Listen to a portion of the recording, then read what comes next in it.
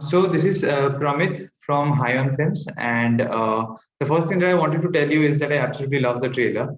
And so, how has the reaction to the trailer been so far, and has that kind of given you the assurance that the movie is going to be received well?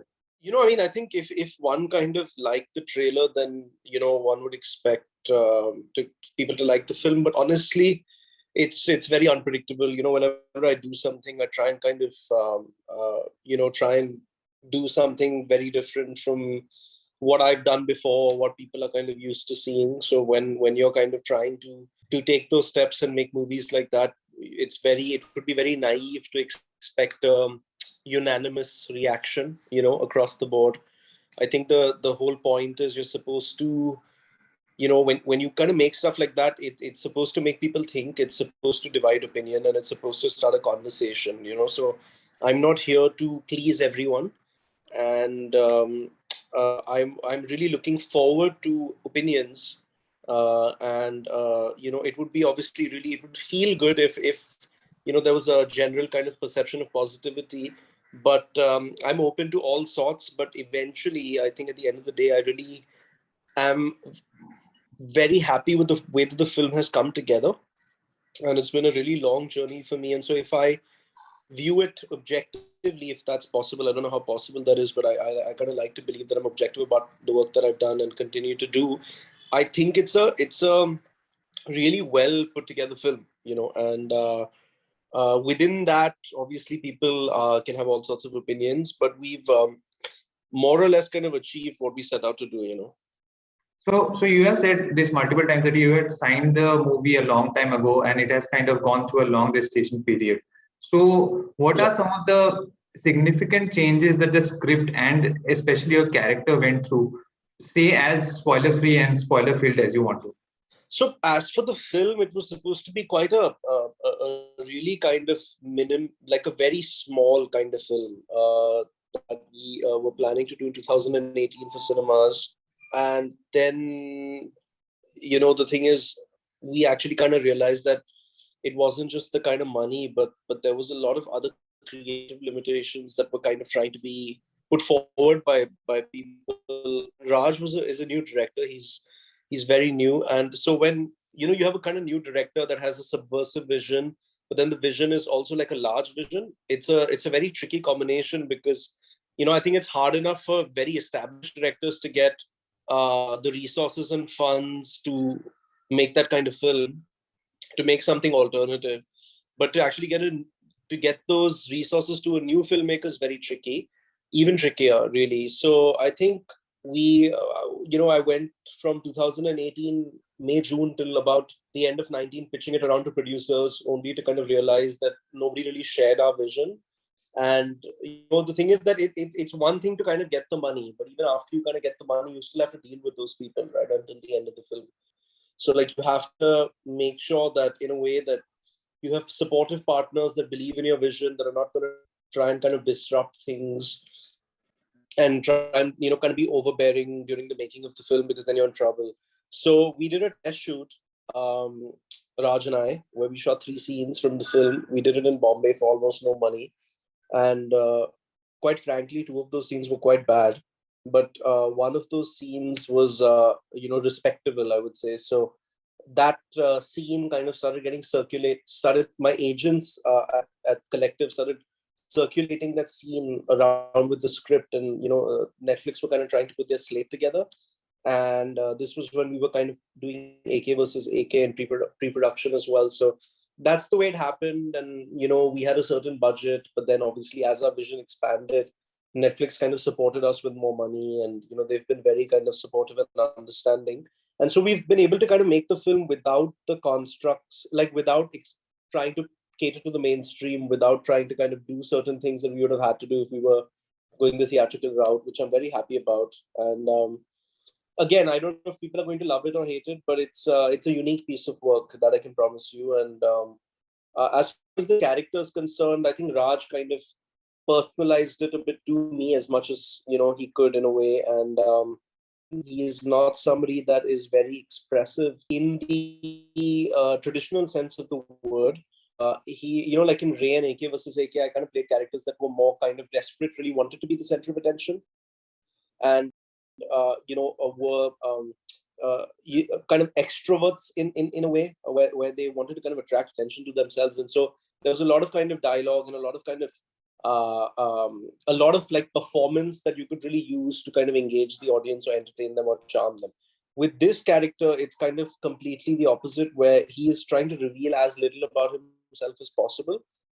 So he doesn't really say much, and he's also physically, in a way, very, like, he's trying to kind of, you know, when there are people that hold a lot within, they're kind of more restricted in their movements. They're kind of trying to live a double life almost, in a way. And so the challenge really became where, how do you engage an audience, or how do you make your scenes kind of magnetic or enigmatic without having access to a lot of words, or having access to, or the audience doesn't really know your plight, or you know, any of those traditional kind of things, you know. So what I did with my acting coaches is I worked a lot on the backstory of this particular character.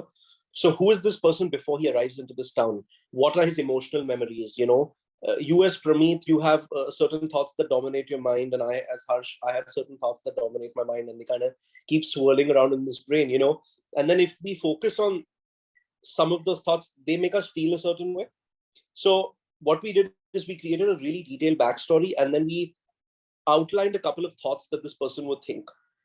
And we really started to focus on those thoughts when delivering the scenes. So essentially, even if the scenes had nothing to do with the thoughts, the in intensity was kind of born, you know, kind of like a little bit of a, I would say, like, he kind of comes in and disrupts the piece. He kind of, you know, you really don't know how this person makes you feel, but there's something definitely going on in there. So I think, so what I did is I did the backstory, I did a lot of kind of journaling of thoughts, did a lot of breathing exercises to kind of make sure that the concentration was there, you know, because what I would find is if I tried to do a scene and if I broke away from the thought, the performance would kind of dip as well. And also, like, try to hold a gaze, a very, very firm gaze. And we live in a world where we're very anxious, you know, we're always looking at our phones, we're kind of very distracted. And this guy is completely the opposite. Like, he doesn't care about the world in that, you know what I mean? So just to really, it's almost like a meditation, but a very kind of focused meditation on certain thoughts, you know. And so even if I'm in the film asking somebody to come help me with a job, I might be thinking about the most horrible things, you know, but I'm still I'm asking for something that's very feasible, you know. But so, like, I hope that comes through to the audience, you know what I mean? Because I've tried my best to really kind of bring a lot of weight to it, in a sense where I didn't want to just kind of stand there and try and look intense, you know, because then it's flat. You know, so I hope you know, that comes through. And it's a very interesting character in a way, because, you know, normally in how most films are is when the first 10 minutes, you know, the motivation of the character. This is really the opposite of that, which is what I think makes it so interesting. So I'm excited to see how people perceive this performance. So you were saying that like you had some difficulty pitching this movie since it's a director debut of Raj. So and since his previous projects are like No Smoking, and then there is Golal, and then he has written for Rajasthan as well. So what is there anything specific that you gravitated to so that you could completely throw your weight behind him in order to pitch this movie? Pramit, honestly, this script, I still can't believe that it exists. You know, it's really, it's just so well written, man. It's honestly as simple as that. Like, it's dripping with detail. You know, it's kind of got like a novel-esque, like, journalistic kind of approach, where you can feel the length and breadth and the expanse, and you can feel the sand, and you can feel the heat on your face, and you can feel like the decaying walls of those forts. And, you know, it was really a beautifully written script.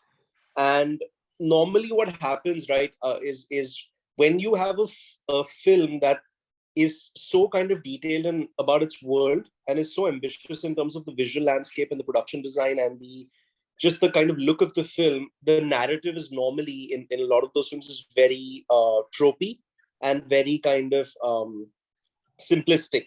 It's kind of like an either or. But here is a combination of a film where the world is unlike anything we're used to, but the narrative is also flipped on its head completely. So you don't really know who the good person is, who the bad person is. You can't immediately outline who the protagonist is, who the antagonist is, what the and I think that was really cool.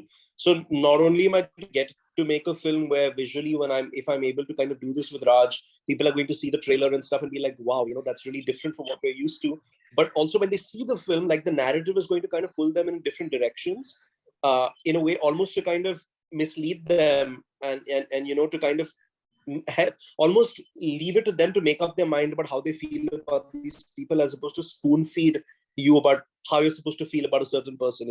I don't like that in films, really. So it's kind of a unique combination of both of those things. And then to top it off, it's like all the characters are so layered. Like it's really, and it's written by Anurag, and Raj. And whenever Anurag really writes, it's really brilliant. Especially I feel sometimes when he writes for his friends, because he's more objective. He's not writing it to direct it himself. So you really get the best of Anurag Kashyap, and I think that's all over this script. So it's a really wonderful script, I think. And I think it's translated, and I hope people like it. And I think during the trailer launch, I think you had said that initially this was meant to be a theatrical movie, right? Yeah, So I mean, back in the day. yeah. So I was kind of wondering that since this movie is so expansive and so detailed, like you're saying, so was there when it was decided it was going to go for a digital release, was there any decision to reappropriate it for the digital, like the OTT audience, or was it a movie? Like it's a movie, so No, you are making it like it is. no, man, we didn't see. I honestly don't approach my work that way. I kind of just see like that this is the director's vision. This is the way that he wants to make the movie. What can I bring to this, and what can I do to make sure that the money people don't really kind of try and intervene too much and change it for whatever reason. Or if the money people, sometimes they have good points. So you have to kind of, with your director, kind of align and be like, this is the kind of film we want to make. We're seeing it in the same way or in a similar way. So what can we take on board from the other actors and the producers that's going to actually elevate this? And what is watering it down? That's it. So whether that's pre-production, principal photography, or when watching the first cut as producer, that was my thing. Is this kind of what we imagined it to be? So. And like you are taking on as a role of a producer, and you're working as an actor.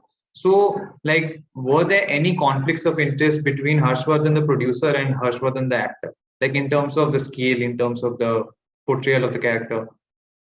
So I think what happened is my work was really a lot in pre and post. So in pre, I worked very hard with Raj on the material, and then when my dad kind of came on board and Netflix came on board, they had a lot of kind of suggestions. So it became very important for me and Raj to make them happy, but in a way where we could just basically still kind of stay true to the script. You know what I mean? So that was a quite an interesting journey for about 6 or 8 months, because obviously kind of people are going to come in from different point of views. Like Netflix is going to come in and be like, but we also want this to reach this person and that person and this person. So then you have to just kind of be like, yeah, I understand that we need different entry points, but you can't do this at the cost of basically watering down the film. You know what I mean?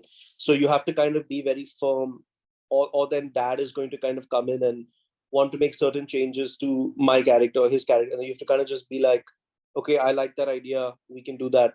Or I don't feel like, I feel like this is becoming another film.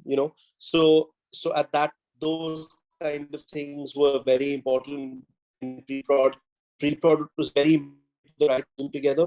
So like, for example, Shreya is somebody I got, but then Wasik Khan is somebody Raj got. Then Mukti Mohan is somebody who actually auditioned for Fatima's role. But then we got Fatima, and Raj and I kind of convinced Mukti to play the other part. So that was something we kind of did together. Then Jeetu Joshi's kind of audition, we all saw together, me and Raj saw together and decided right away that nobody could do this part better. But then Satish, for example, somebody dad got, so it was a combination of everybody's kind of resources and energies. So Shreya was kind of my find, and I had to really kind of push to get people to believe that somebody that's so new and that's done kind of very little work can shoot such a visually ambitious film with a first time director. That was a huge one as well. So that's kind of where I kind of had to come in. As far as principal photography, I would kind of watch days. I would also um, speak to my HODs and my director after each day, and kind of just trying to get a sense of how they're feeling, if they're comfortable, if they feel like maybe there was a bad day weather-wise and they missed something, maybe they rushed through a scene where we had a contingency budget, so maybe we could try and go back and recreate it. Or if we're, say for example, we're in Thane for 15 days and on day 2 there was a storm, so we lost light, and there was a really key performance scene where I watched it, for example, and I didn't like my performance. I would talk to Raj and Shreya and see kind of what they thought about it. And then collectively, if we all felt like it could be better, we would kind of try and go back and recreate it. So sometimes Shreya would be happy with something, but then I wouldn't be happy with my performance. Or Raj would be happy with something, but then Shreya, you know what I mean? So it was really kind of trying to make sure that everybody was kind of on the same page in that sense.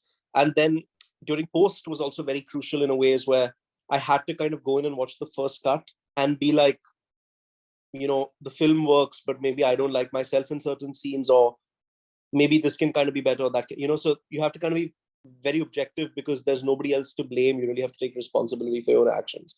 And so it's been a long journey, a very rewarding kind of journey, very educational, definitely a lot of learning. But luckily it was a very well planned kind of shoot.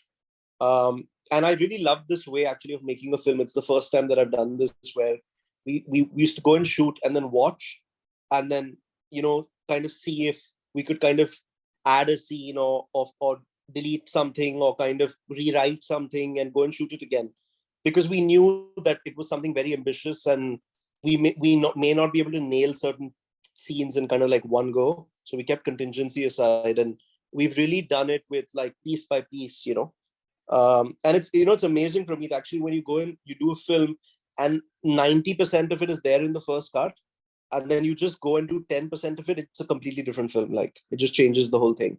And if I have the option, I'd always love to kind of do it like that from now on, if I'm producing. So yeah. And I want to come to the topic of the Western, because I think everybody has asked you about how it is a Western. So, and my question is a bit long, so just hold on to me, okay?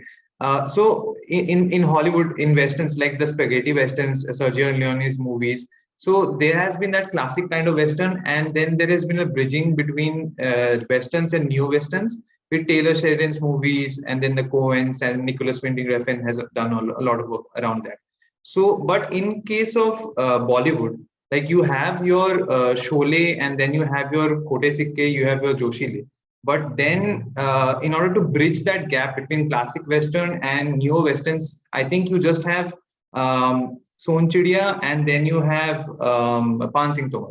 So, was that something that you had to keep in mind, that between Bollywood Westerns, old classic Westerns, and what you're doing, the bridging point is something that you have to keep in mind?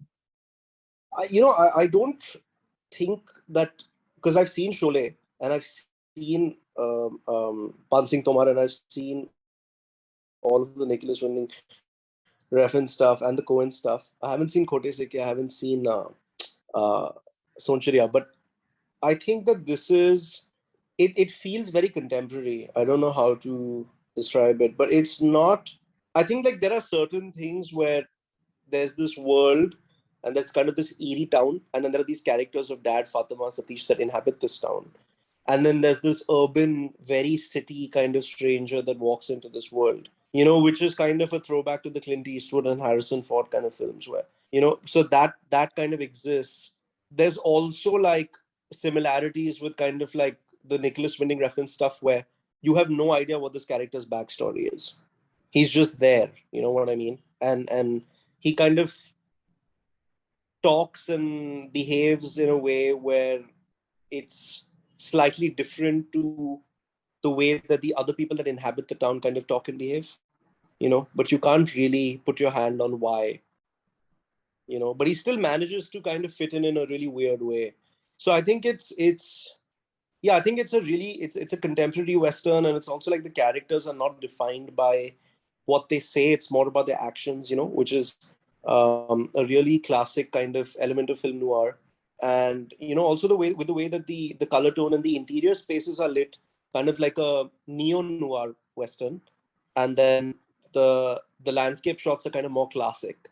So it's really, and obviously the protagonist is a young man. He's a very young man, so I think that immediately kind of gives it like a little bit of a fresher kind of quality.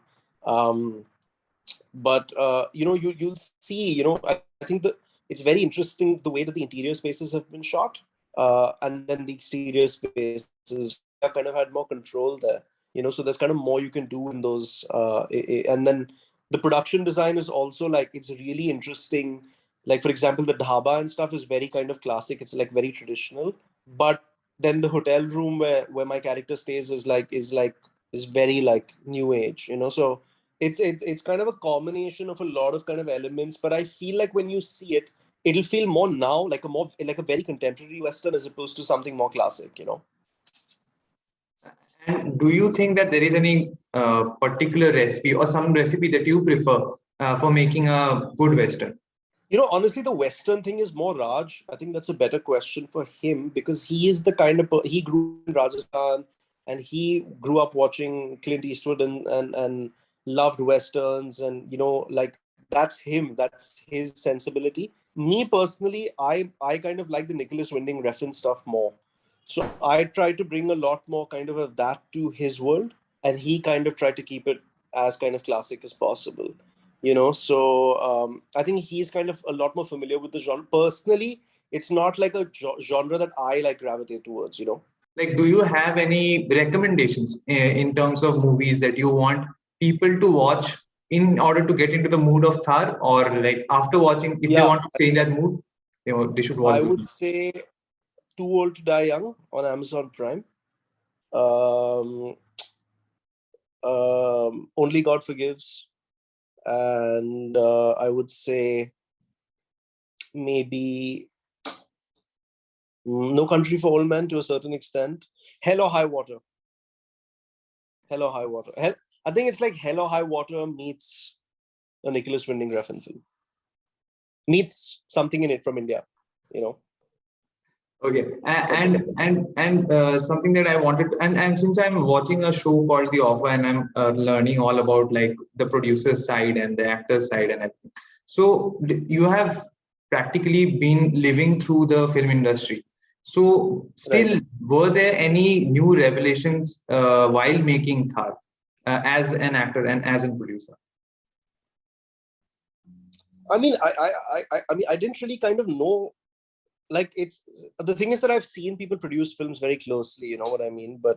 And I've kind of been in the industry like my whole life in a way. So, but like obviously, kind of when you do it yourself, you kind of like realize like for example, I got really involved in cutting the trailer, and so it was kind of a very kind of hands-on kind of approach where um, I've really enjoyed kind of being creatively kind of given that liberty to present the film and communicate the film in a certain way.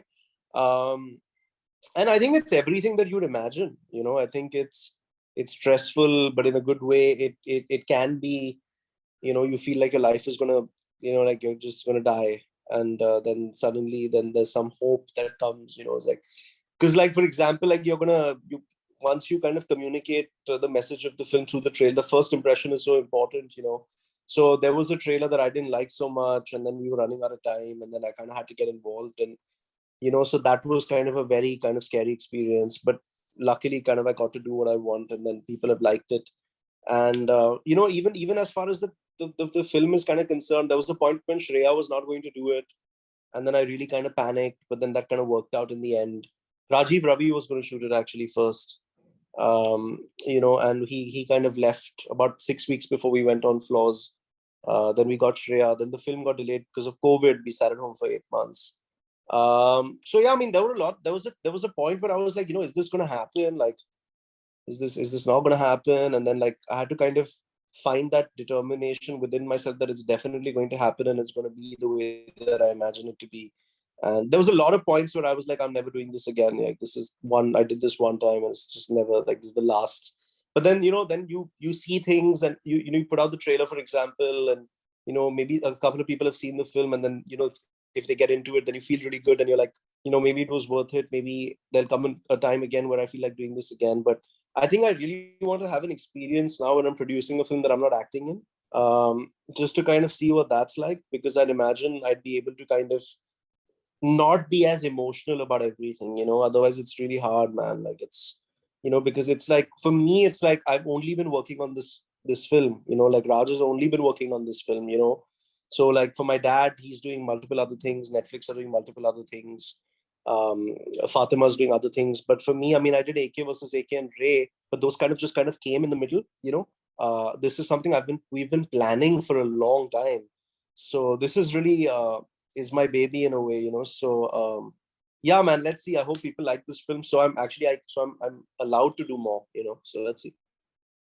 And one final question that I have for you is that one opinion or thought that you want audiences to walk away with after watching Thar. Man, that's a tough one. I think one opinion or thought, I think I really want people to say that I haven't been able to stop thinking about that film. Like, that film has stayed with me. I don't know how I feel about it, like, but it stayed with me. Like, it's done something to me, like it's crept up on me. Like, I'm disturbed by it, or I love it and I want to watch it again, or I missed something, or, I couldn't look at the screen. I had to stop from looking at the screen, but I was dying to know what was going to happen. Because like when I read it, I was like, dude, like, why is this happening? And I can't, but I can't stop reading. You know what I mean? Like, and I also, for me, I like films that take their time. Personally, I like films that kind of like set up the world and set up the characters and then kind of just creep up on you. And then they just kind of, in the last 20-30 minutes in that home stretch, it's like a bullet. So this is a slow burn, man. It's really it's a mood piece. It's very atmospheric. There's a lot of kind of silences and there's a lot of blanks that I'd like the audience to kind of fill up in different ways. So let's see. All right, cool. So thank you so much for having me, and I'm really looking forward to the movie, and I'll try to review it if I get the opportunity. And I wish you the best for it as well.